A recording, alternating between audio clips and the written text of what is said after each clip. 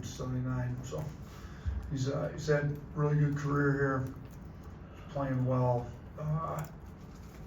Like I've said this a few times, and it's continuing. I think he's playing the best basketball of his career on both sides of the ball right now. This game's got a lot of meaning. Regular season is decided now. They're lost to Tennessee and Auburn's win, but still a lot to play for. SEC seeding, NCAA tournament seeding. We've got to get to playing our best basketball in March. I thought we played really well against Tennessee. Didn't close it like we needed to, but played well. Best we've played there in a long time. So a lot of positives out of that game that we need to take moving forward, and we just need to do a better job closing games, and I'll do better by our guys moving forward in some of that stuff. So Darion's started back doing basketball workouts. He's still week to week. He won't be playing tomorrow, but our 4 seniors should all be good to go, and it should be a good day. So another interesting stat, I guess it's only the second time ever that Florida and Alabama have both been top 10 in this matchup, which is a lot of games between Alabama and Florida, history of the SEC. So the last time our esteemed Antoine Petway had the Petaway, for those of you that are old enough to remember, which looks like most of you are not, but I'm gonna leave here, go to Dr. Bittner's office, a little under the weather, and the room they always put me in always has the picture of Antoine Petway making his Petaway put Florida away. So hopefully we got another good game. Steven did give me the score of that game. It was 65-64. I anticipate the score of this one being a little bit higher, with both them and us being some of the higher scoring teams in the country, and both top 3 in rebounds. So pace of this game will probably be a little bit better than the pace of that game back 23 years ago, I guess now. So, but it'll be good. They're good. I mean, they've got 3 really good guards, and they're averaging 17, 15, and 14. It's a lot from your starting backcourt, led by Clayton. Interesting enough, they're all kind of mid-transfers, transferred up. They've done a good job in the portal, but their front court's deep, and they're good as well. And they don't score at the same clip as their guards do, but they rebound it well. They make a lot of winning plays. They just keep coming at you. They got all kinds of them. They've got 2 bigs off the bench that would start for 90%, 95% of all their high major programs. So their depth in the front court's, strong, and we're going to have to use some of our depth. We're going to need Aiden Sherrill to play really well. Thought he's had 2 good days of practice. I think, Diabate's played well in practice. Charon's looked good. So, we'll be ready to go, and it'll be a good game. Be good for our seniors. Hopefully our crowd shows up and supports these seniors like they deserve to be supported. Start with Blake. Yeah, Coach, with Latrell and Houston not participating in senior night stuff, do you have confirmations on their medical redshirt statuses? I mean, I don't think you get confirmation until you submit it all after the season, but they're both medically related, haven't played 30% of the games and didn't play in any game after the midway point, which are the rules. So talking to Clark, he doesn't anticipate any issues with either of them. I mean, obviously, Wright's a torn Achilles, and Houston couldn't participate in workouts all summer. Was limited all fall, and still is limited in what he can do now. So I don't think he anticipates there being any issue with those 2 guys getting their medical redshirt. Charlie. Yeah, Coach, you talked about how well you guys played for most of the Tennessee game, but then with the disappointing end, just how do you kind of message, or what kind of message do you send the players in practice, and how have you seen them respond? I mean, my point was, for 39 and a half minutes, we beat them. We're up 4. As the head coach, I've got to do a better job getting us to the finish line. We went through our end of half, into game scenarios, pointed out where, we've got to do better, where I've got to make better decisions, where I could have done better, where they got to execute a few things better. If we come up with similar scenarios, we'll have a better plan. Players will understand what we're trying to do better. I'll be better for them as a head coach. But I think more of the point was over the course of life, there's going to be disappointments, setbacks.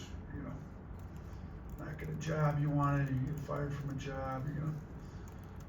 Whatever it is, there's going to be lots of different things, major, minor, and you're going to pick yourself up off the ground and get moving. And we're going to own what we should have done better, starting with me. We're going to fix it. We're going to use it as an opportunity to make us a better team moving forward for the SEC tournament, for the NCAA tournament. We will be the most prepared team for any game situations moving forward. And we'll use that to spur us on to be a better team for our run in March. So you can use it as a life lesson. The Bible talks about a righteous man falls 7 times, gets up again, just keeps getting up again. Mistakes happen. Sometimes your adversity is caused by yourself. Sometimes it's caused by exterior forces that you have nothing to do with, no matter how it's caused. You gotta get yourself going again. We gotta get going again. I thought we had a really good practice Monday. Thought we had a really good practice today. I think our seniors that we're gonna honor tomorrow done a really good job leading, making sure the guys gonna be ready to go. And I think you'll see a team ready to go on Wednesday. Jack. Just with Mark, just how proud does it make you, with him being a kid from the state of Alabama, to see him come into this program and lead it in a better place than he's found it? Yeah, it's great. I mean, it's a kid that was overlooked by ourselves. Shoot, he had no high major offers. Well, that includes University of Alabama when I was here. So, he goes out. Obviously, I'm sure he was disappointed. Kid as good as he was, chooses to take a year of prep school and leaves the state to try to get his offers better. Still doesn't have a high major offer. Goes to Ohio.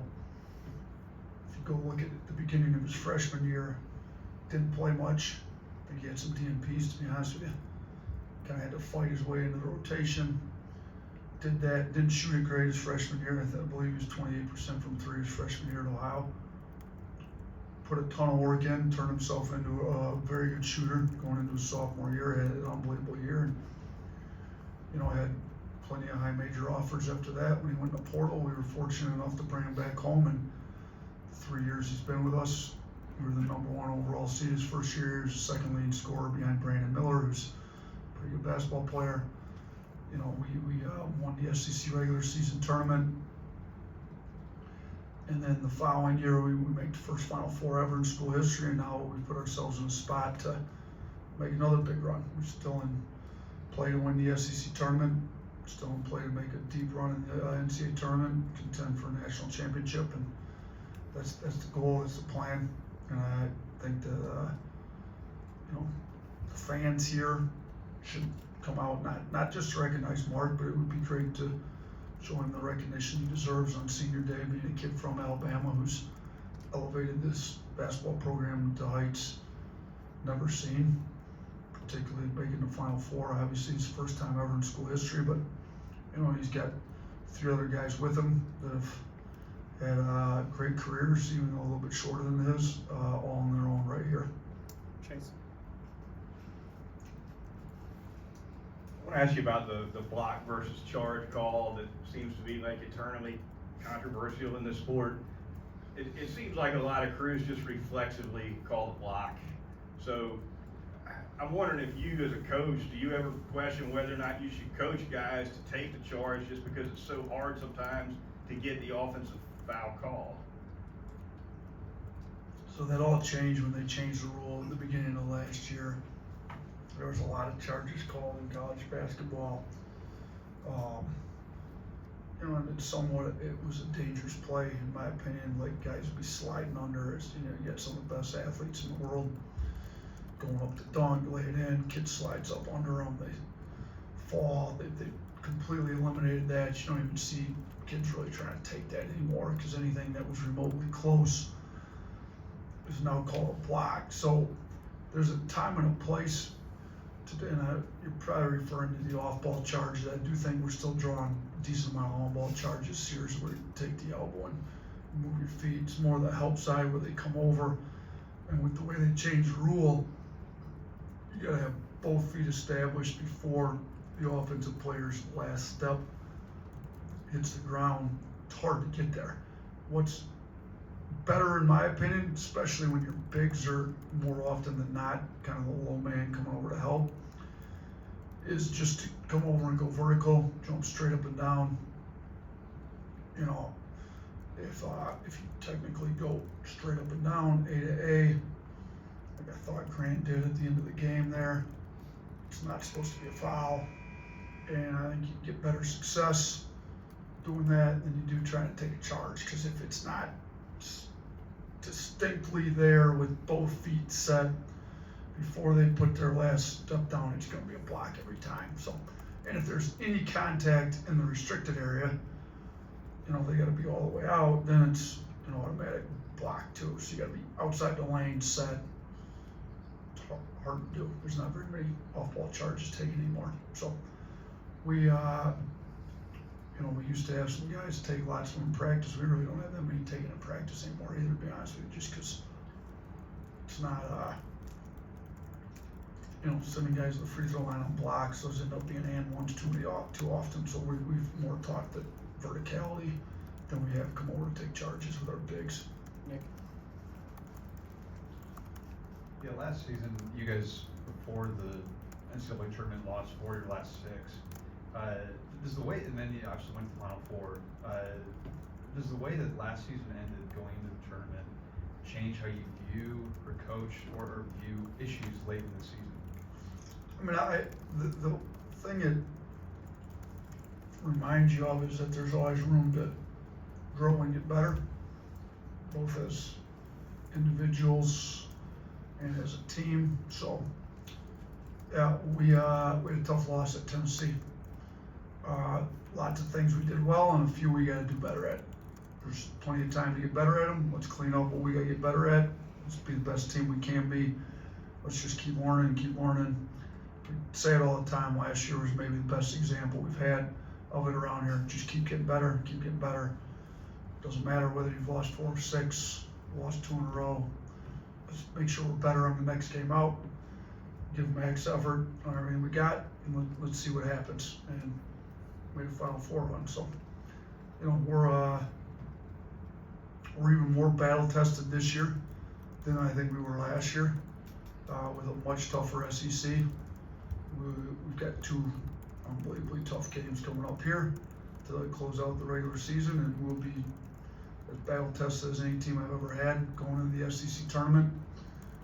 You know, we're hoping to win the SEC tournament. That's the goal. If we don't win it, we'll obviously refer to last year's experience. Let's group ourselves together and make an NCAA tournament run and try to win 6 in a row there. So we'll just keep looking at getting better every time we go out. And I think last year proved that that's definitely something we can do and it's capable of doing, and that's going to be the goal. Tony, you mentioned the regular season title being out of reach. After that buzzer beater, there was a few posts, celebratory posts. Did the guys see those? And if so, is there an extra fire in this team? Have you noticed? I didn't. Somebody sent me one. I haven't even mentioned it to the guys. I'm sure some of our guys are on social media and saw it. I mean, obviously they don't like us. We don't like them either. It's kind of the way it goes in the state. If the roles would have been reversed, I'm sure we would have been celebrating winning the regular season championship as well. I mean, it was more to me like we lost, that guaranteed them the regular season championship. It's probably also helpful that it was Alabama that lost, I'm sure. So everybody plays to win championships. They won it. Got to give them their respect. They've done an unbelievable job this year. They're a good team. We get one more crack at them. But before we do that, we've got Florida. What we're talking about, we haven't even addressed anything to do with Auburn at all. The only thing we've really addressed is if we do win tomorrow, we guarantee ourselves a top 3 seed, which would be a bye straight to Friday, which is, if you're trying to win the SEC tournament, that's when you want to be playing your first games on Friday. So that's what we've talked about.